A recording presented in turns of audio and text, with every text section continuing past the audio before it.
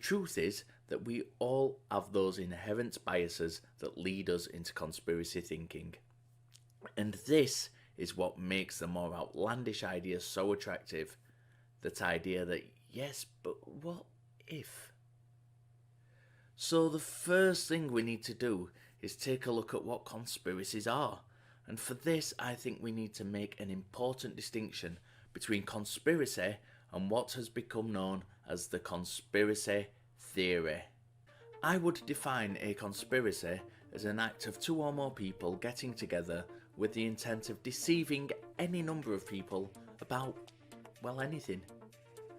So on the level of a basic conspiracy, we can go from the mundane, for example, two parents telling their child that Santa Claus is real, or a group of friends keeping a birthday surprise from a work colleague, to something a little more deceptive.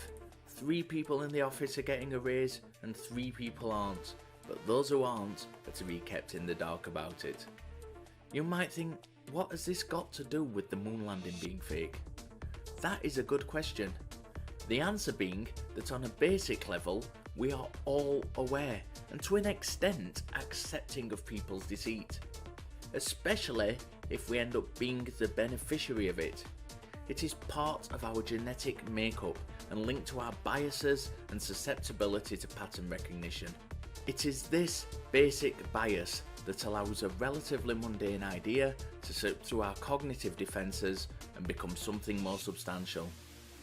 After all, it's obvious, isn't it? Well, it is to us, but if other people just did a little more research?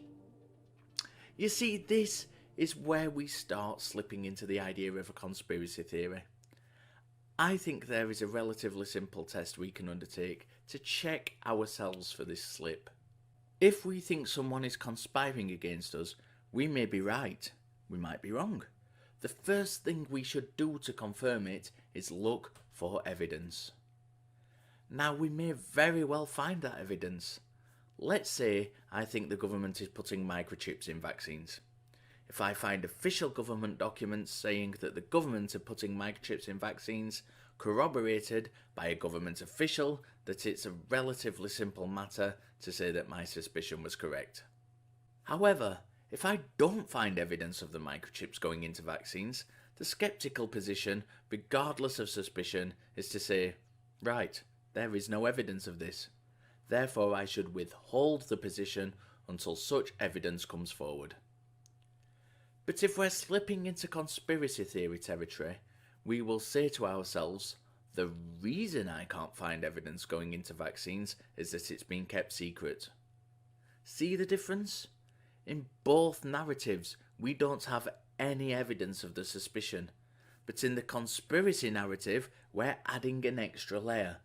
We're moving from a basic cognitive bias that we have the suspicion of being deceived to a state of affirming that bias with further erroneous thinking, and taking us into a closed belief system. That is, a system that claims that it, and only it, is true and cannot be criticised.